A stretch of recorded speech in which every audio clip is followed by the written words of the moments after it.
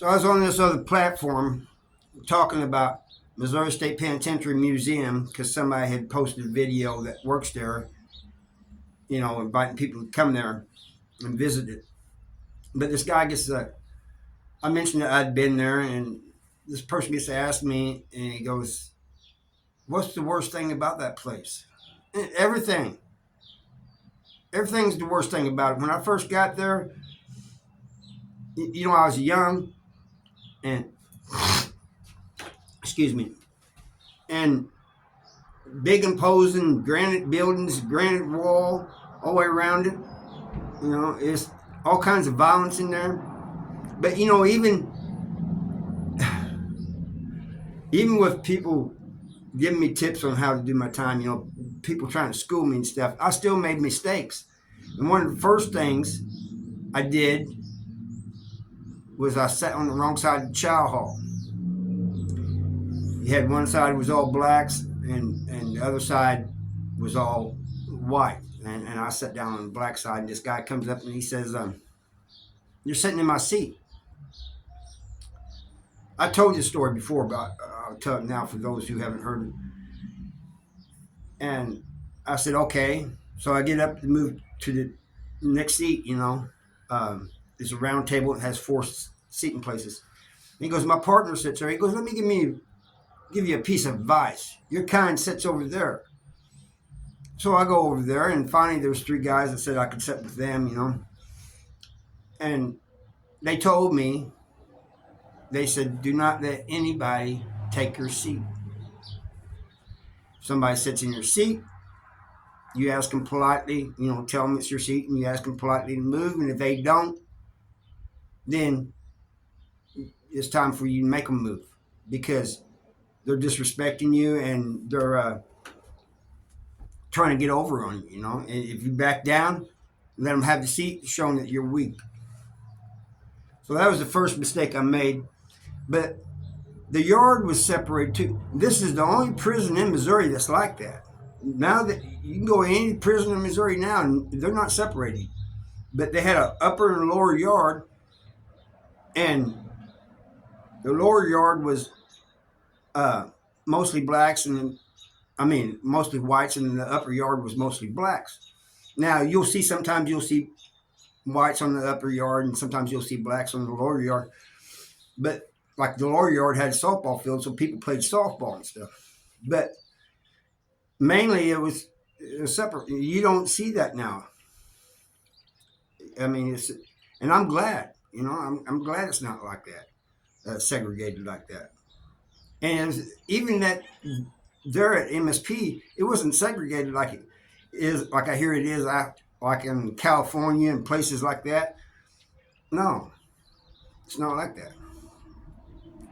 But MSP, of course, this applies in any prison, but especially so here, you had to mind your P's and Q's.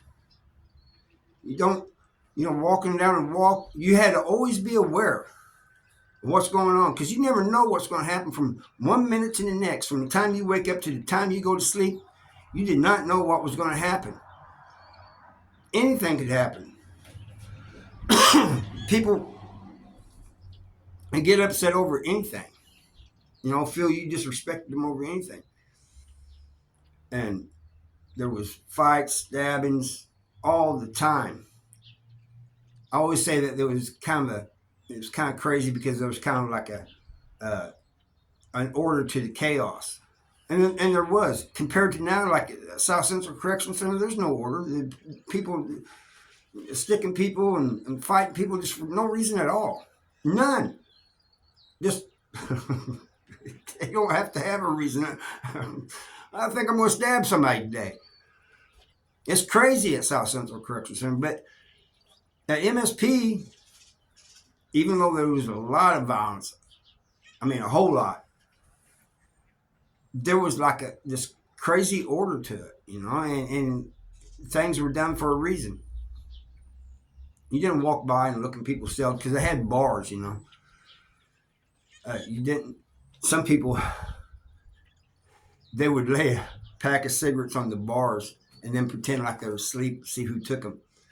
Nobody did, because a lot of people knew that's what was going on.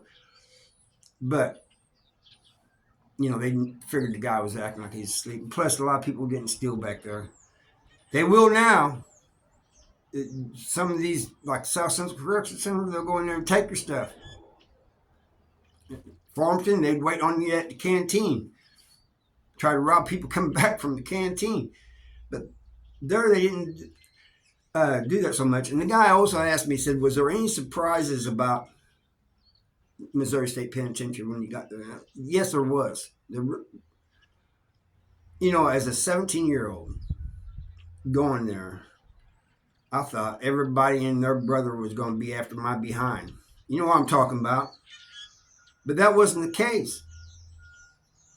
I mean, sure, you had some big bubbas there. There's a few of them there. But it wasn't like it was I thought it was I was under the impression that it was just everybody, and everybody out for their own. Well, pretty much everybody was out for their own, but it wasn't that, not everybody was going after the behind, There was some, but there wasn't a whole lot of them doing it. And most people, and nowadays, it seemed frowned upon in Missouri prisons. I mean, it still happens, but it seemed like over the years I was in prison, the rarer it got, the less it happened and occurred, and the more people frowned down upon it, as they should.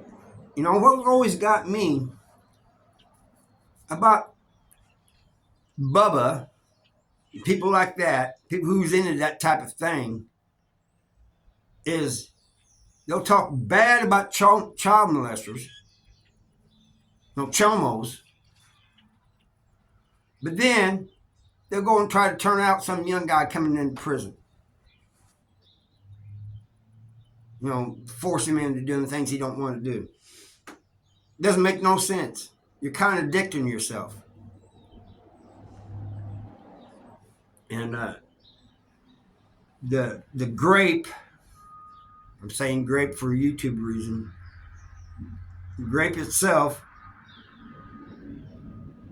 I can probably count on my hands the amount of times that I know that it happened.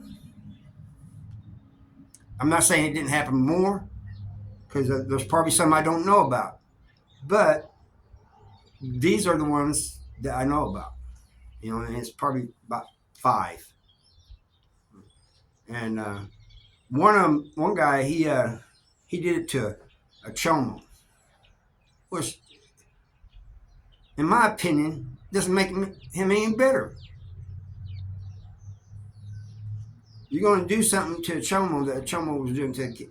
You're the same as him. That's just the way I see it. That's all I got for you, and I thank you for watching. I'll see you next time.